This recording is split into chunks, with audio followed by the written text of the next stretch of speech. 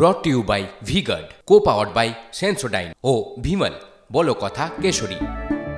Associate sponsor UltraTech cement. নমস্কার, TV nine Bangla আরো একবার আপনাদের সকলকে স্বাগত। আমি রুমেলা রয়েছি আপনাদের সঙ্গে। দুর্যোগ থেকে বিন্দুমাত্র রেহাই নেই উত্তরবঙ্গের। আরো 5 দিন প্রবল বৃষ্টি চলবে উত্তরের জেলায়। উত্তরের 3 জেলায় মঙ্গলবার পর্যন্ত লাল সতর্কতা, রেড অ্যালার্ট। জলপাইগুড়ি, কোচবিহার, আলিপুরদুয়ারে একাধিক জায়গায় দিনে 200 মিলিমিটারের বেশি বৃষ্টির আশঙ্কা। 5 দিন কমলা সতর্কতা দার্জিলিং, কালিম্পং, সিকিমে। বাংলার পাহাড় ও সিকিমে আরো ধস নামার আশঙ্কা। কথা বলবো আমাদের প্রতিনিধি কমলেশ চৌধুরী এই মুহূর্তে রয়েছেন টেলিফোনে। কমলেশ, পরিস্থিতির উন্নতি হওয়ার কোনো সম্ভাবনা নেই? দুর্যোগ আরো বাড়বে কি? পরিস্থিতি আরো খারাপ হতে পারে উত্তরবঙ্গে। তার কারণ যে পূর্বাভাস দেওয়া হয়েছে উত্তরবঙ্গ জুড়ে, ইভেন উত্তর পূর্ব ভারত এবং সিকিম সব জায়গাতেই প্রবল বৃষ্টি আগামী 5 দিন ধরে হবে, কোথাও ভারী থেকে অতি ভারী বৃষ্টি। আজকে আমরা দেখেছি যে উত্তরবঙ্গের একাধিক জায়গা বা হাসিমারার মতো জায়গাতে হয়তো 250 মিলিমিটারের কাছাকাছি বৃষ্টি হয়েছে একদিনে। এরকম দিনে 200 মিলিমিটার বা তার বেশি বৃষ্টির সম্ভাবনা রয়েছে কিছু কিছু জেলায়, জলপাইগুড়ি, কোচবিহার, আলিপুরদুয়ার এবং দার্জিলিং, কালিম্পংয়েও ভারী থেকে অতি ভারী বৃষ্টি হতে পারে। ফলে ইনক্লুডিং সিকিম সব জায়গাতেই। ফলে পাহাড়ি অঞ্চলে আজকেই আমরা দেখছি যে NH10 বন্ধ হয়ে রয়েছে, কারণ অনেক জায়গায় পাথর গড়িয়ে পড়ছে, ধস নামছে। এই ধরনের ঘটনা আরও বাড়তে পারে এবং নদীগুলোতে জলস্তর আরও বাড়তে পারে। যেহেতু সিকিমের জল নামছে, তার সঙ্গে ভুটান পাহাড়ে যে বৃষ্টি হচ্ছে সেই জল নামছে, প্লাস উত্তরবঙ্গের বৃষ্টির জল, সব মিলিয়ে আগামী কয়েকদিনে এই পরিস্থিতি 4 থেকে 5 দিনে পাহাড় এবং ডুয়ার্স সহ উত্তরবঙ্গের যে অঞ্চলগুলো রয়েছে, বিশেষ করে নিচু এলাকাগুলোতে পরিস্থিতি আরো খারাপ হতে পারে। খুব একটা ভালো খবর উত্তরবঙ্গ নিয়ে এই মুহূর্তে নেই। ধন্যবাদ। যে আমাদের প্রতিনিধি বললেন, দেখুন একটানা বৃষ্টি চলছে ডুয়ার্সে, জলস্ফীতি একাধিক নদীতে, আর এরই মধ্যে জলের স্রোতে ভাসলো বাঁশের সাঁকো। ফালাকাটা ব্লকের ধনিরামপুর এবং ধূপগুড়ি ব্লকের সাঁকোয়ার ঝোড়ার মধ্যেই যোগাযোগের একমাত্র মাধ্যম ছিল এই সাঁকো, যা দেখছেন আপনারা। ধূপগুড়ির ডুডুয়া নদীর জলস্ফীতির জেরে চিন্তার ভাঁজ সাদরঘাট পাড়ের বাসিন্দাদের কপালে।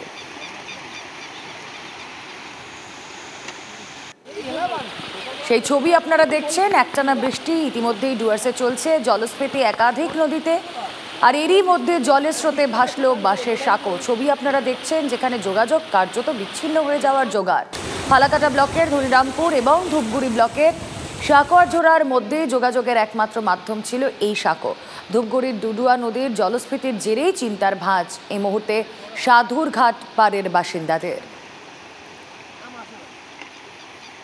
একাধিক নদীতে, উত্তরবঙ্গের একাধিক নদীতে, ডুয়ার্সের একাধিক নদীতে জল বেড়ে চলেছে। ডুডুয়া, ডায়না সব নদী এই মুহূর্তে বিপদসীমার উপর দিয়ে বইছে। যেই ছবি আপনারা দেখছেন, তার জেরেই বাঁশের সাঁকো তা ভেঙে গেল। দুশ্চিন্তায় নদী পাড়ের বাসিন্দারা। কথা বলবো আমাদের প্রতিনিধি রনি চৌধুরী রয়েছেন সঙ্গে। রনি, ছবিটা তো দেখতে পাচ্ছি, পরিস্থিতি কি সেখানকার মানুষ এই মুহূর্তে কেমন রয়েছে?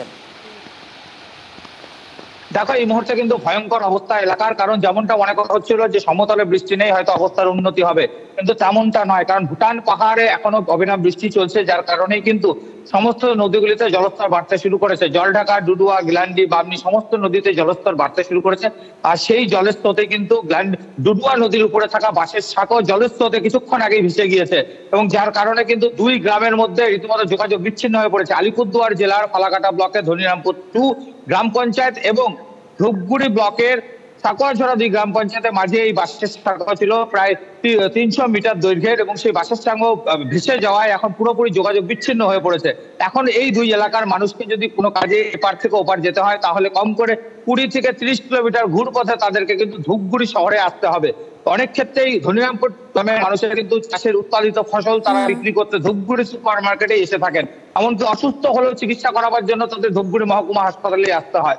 স্বাভাবিকভাবে যেভাবে বিভিন্ন জায়গায় জল বাড়তে শুরু করেছে এবং যেভাবে এই সাঁকো ভেসে গিয়েছে, তার ফলে কিন্তু সাধারণ মানুষের দুর্ভোগ বাড়ছে। এবং সেই সঙ্গে বলে রাখা দরকার, ধূপগুড়ি ব্লকে আরো বেশ কয়েকটি গ্রাম পঞ্চায়েত এলাকায় কিন্তু জলঢাকা নদীর জল ঢুকে পড়েছে, যার ফলে কিন্তু চিন্তা বাড়ছে প্রশাসনের, এবং প্রশাসনের তরফে প্রত্যেকটি গ্রাম পঞ্চায়েতকে কিন্তু সতর্ক থাকতে বলা হয়েছে। সেই সাথে টোটগাঁও এলাকা মালবাজারে, সেখানে তিস্তা নদীর জল সকালবেলা ঢুকে পড়েছিল, এখন জলস্তর কিছুটা কমছে, তবে মানুষের মধ্যে আতঙ্ক রয়েছে, যার ফলে সেখানকার নদীর পার্শ্ববর্তী এলাকার বাসিন্দারা বাড়িঘর ভেঙে কিন্তু অন্যত্র চলে যেতে শুরু করেছে। একেবারে রনি, সেই ছবি আমাদের দর্শকদের দেখাচ্ছি, তুমি নজর রাখো পরিস্থিতির দিকে।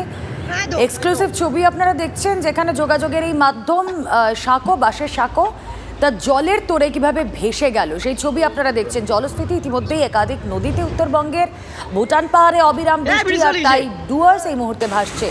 জলের স্রোতে ফালাকাটায় বাঁশের সাঁকো তা ভেসে গেল। দেখুন সেই ছবি, ভয়াবহ ছবি। যোগাযোগের মাধ্যমে এই সাঁকো, বাঁশের সাঁকো তা ভেঙে গেল, নদীতে তলিয়ে গেল এই সাঁকো।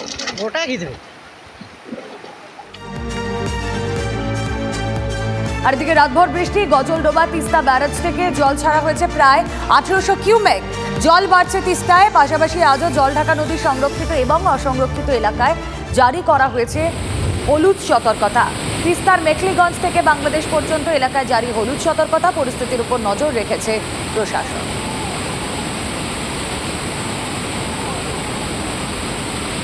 রাতভর বৃষ্টি, ইতিমধ্যেই গজলডোবা তিস্তা ব্যারেজ থেকে ছাড়া হয়েছে 1800 কিউমেক জল।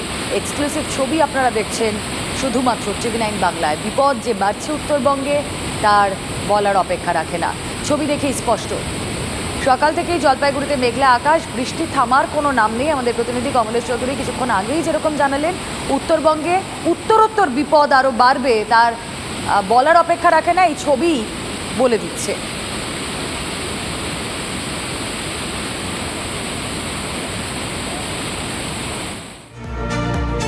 আর দিকে বিপদে উত্তর সিকিমে আটকে পড়া পর্যটকেরা, প্রশাসনের সাহায্য প্রার্থনা করছেন তারা। পানীয় জল, খাবার না পেয়ে দিশেহারা অবস্থা তাদের। জায়গায় জায়গায় ধস নেমেছে, বন্ধ 10 নম্বর জাতীয় সড়ক। শিলিগুড়ি সিকিম সরাসরি যোগাযোগ বিচ্ছিন্ন। চুংথাং, সেখানে আটকে রয়েছেন 360 জন পর্যটক। উদ্ধারের জন্য প্রশাসনের সাহায্য চাইছেন পর্যটকরা। কথা বলবো, প্রসেনজিৎ চৌধুরী রয়েছেন সঙ্গে। প্রসেনজিৎ, এই সময় প্রচুর মানুষ ঘুরতে যান উত্তরবঙ্গের বিভিন্ন জায়গায়, যে ছবি আমরা দেখছি, বিপদ তো তাদের আরো বাড়ছে। প্রশাসনের কি সহযোগিতা এখনো পর্যন্ত পৌঁছেছে? দেখো, খারাপ আবহাওয়ার কারণে এই মুহূর্তে অত্যন্ত দুর্ভাগ্যজনক খবর, আজকে কোনোভাবেই আর এয়ারলিফট সম্ভবপর হচ্ছে না। প্রশাসনের তরফে প্রস্তুতি শুরু হয়েছিল, তালিকা তৈরি হয়েছিল, কিন্তু দুর্যোগপূর্ণ পরিস্থিতিতে কোনোভাবেই উত্তর সিকিমের বিভিন্ন এলাকায় হেলিকপ্টারকে নামানো সম্ভবপর নয়। ফলে আগামীকাল যদি পরিস্থিতি কিছুটা স্বাভাবিক হয়, আবহাওয়ার উন্নতি হয়, তাহলে আগামীকালকে এয়ারলিফটিংটা শুরু করা যাবে। এই মুহূর্তে রেস্টের সম্পূর্ণ বন্ধ রয়েছে। চুংথানে বেশ কিছু পর্যটক আটকে পড়েছেন, তারা ঝুঁকি নিয়ে বেরোনোর চেষ্টা করেছিলেন, তারা বিপদের মধ্যে পড়েছেন। তাদেরকে উদ্ধার করার জন্য আবেদন জানিয়েছেন। সিকিম প্রশাসন চেষ্টা করছে তাদেরকে ওই এলাকা থেকে সরিয়ে নিয়ে যাওয়ার জন্য। যে সমস্ত পর্যটকরা লাচুং এবং লাচেংয়ে আছেন তাদের কাছে নির্দেশ দেওয়া হয়েছে, এবং মঙ্গল এলাকায় যারা আছেন তাদেরকেও প্রত্যেককে বলা হয়েছে আগামীকাল সকাল 10টার মধ্যে নির্দিষ্ট একটি এলাকায় হাজির হওয়ার জন্য। সেই এলাকায় যদি পরিস্থিতি স্বাভাবিক হয় তাহলে হেলিকপ্টার নামিয়ে তাদেরকে এয়ারলিফটিং করে গ্যাংটকে নিয়ে যাওয়া হবে। কিন্তু সবটাই নির্ভর করছে প্রকৃতির উপর, কারণ আবহাওয়া দপ্তর জানাচ্ছে পাহাড়ে এখনো সতর্কতা রয়েছে, ফলে প্রবল বৃষ্টির সম্ভাবনা আজকেও কিন্তু রয়েছে। নজর থাক আমাদের। দুটো ছবি আপনারা দেখছেন, একদিকে তিস্তা ফুঁসছে, বিপদ বাড়ছে উত্তরবঙ্গে, অন্যদিকে বিপর্যস্ত সিকিমের ছবি আপনাদের সামনে। Brought to you by V-Guard, co-powered by Sensodyne O Vimal, বলো কথা Keshari. Associate sponsor Ultratech Cement।